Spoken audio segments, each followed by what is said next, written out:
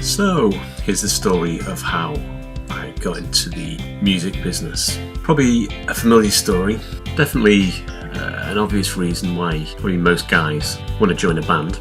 So, I was 13, my cousin, who was 10 years older than me, was in a band, a cover band by the name of Winston. It was 1983, and it was just after Christmas, late December.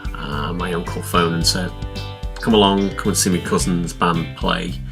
And we'd never really seen them, so I kind of went along, 13-year-old, in some big scary social club in Wigan in the northwest of England.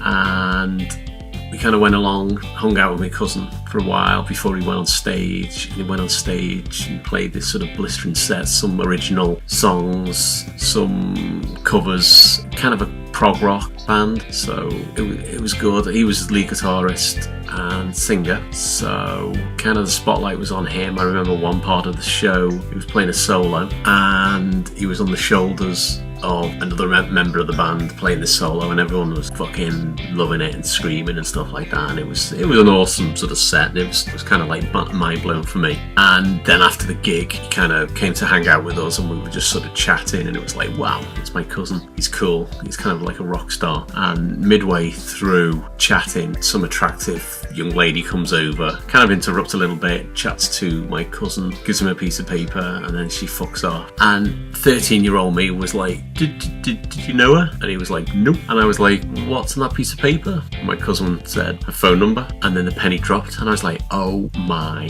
fucking god, I need to be in a band so I can attract members of the opposite sex. Kind of, that's probably the wrong reason to start a band, but I didn't actually start a band until 6 years later. Me and my friends started a band, so if you think about it, we got into it for the music, yeah, but we also thought it'd be cool if we could attract women. So if you're going to get a band and you're going to attract women, what style of music do you think? Pop, maybe a bit of rock, even jazz, blues, even folk, stuff like that. But no, that's not what we did. We started a death metal band by the name of Morbid Symphony, and we soon discovered back in the early 90s not many women came along to these death metal gigs. So every gig we played, and we played some big ones, we played with Anathema, Cradle of Filth, stuff like that, probably 5% or less of the audience were women. And I mean, it would have been great if I just wanted to hang out with men alone, but I wanted to hang out with women as well, so it was kind of like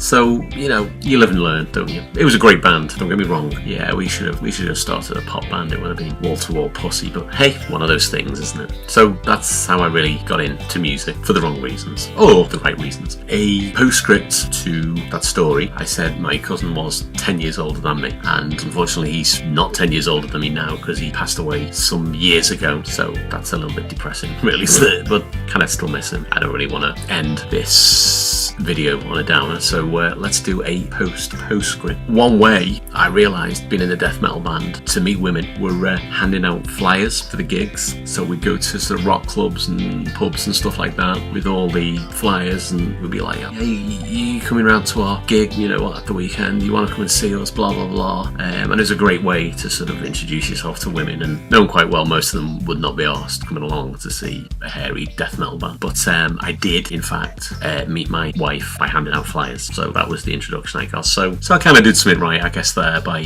getting into the music industry. So I'll end it on a happy note there.